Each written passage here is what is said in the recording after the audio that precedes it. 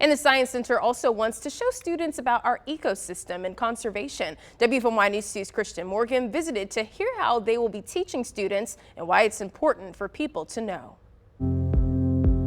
At the Greensboro Science Center, science comes to life in the most interactive way, thanks to a passionate educator like Tucker Campbell. I'm really responsible for kind of doing that programming for our homeschool children, our preschool children after school. She's leading our next generation through hands-on experiments that not only spark their interest in STEM, but also open their eyes to the delicate balance of our ecosystem. So we really like to highlight conservation.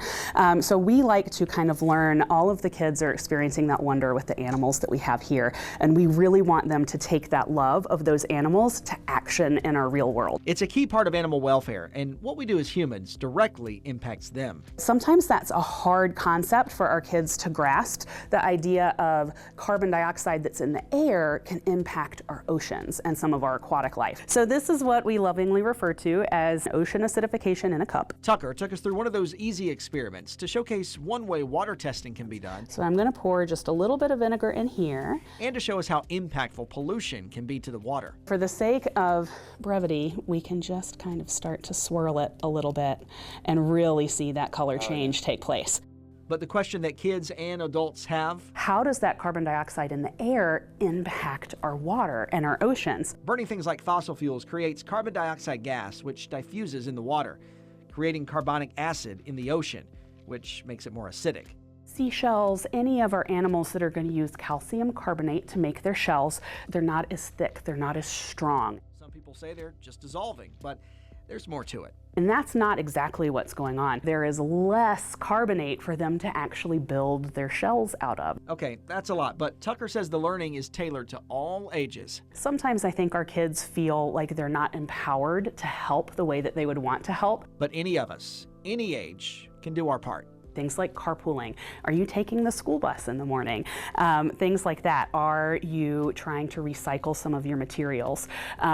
First time around plastics, a big carbon suck. So things like that. Make sure that you're turning your lights off when you're not in a room that you're using. They're very simple things. And with every experiment, she's helping build a future generation that not only understands the natural world, but is inspired to protect it.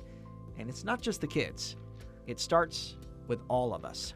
Environmental science in particularly is very tricky because it's the merging of science, the merging of conservation, and then also sociology and economics. And so we need our community to be informed about that to make the best decisions moving forward.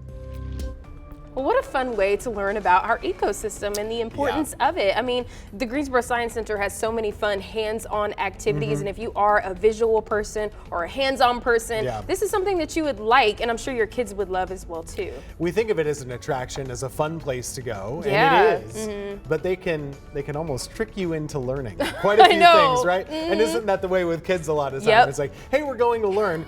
Well, really, I mean, that's what you're doing, but it's also something really fun. Yeah, we're going to go see the animals. It's going to be so fun. And then just put them in some sort of classroom or whatever at the Science Center, and they come out a little more smarter and brighter. It's what science museums are for. It's like a win-win, right? Yeah, get out there and learn. And look at the animals, too. That's right. I wonder if you can see our hippo. Not really, not quite. It was there when the story was running. I know, yeah. We have our hippo cam behind us, and we could see him yesterday.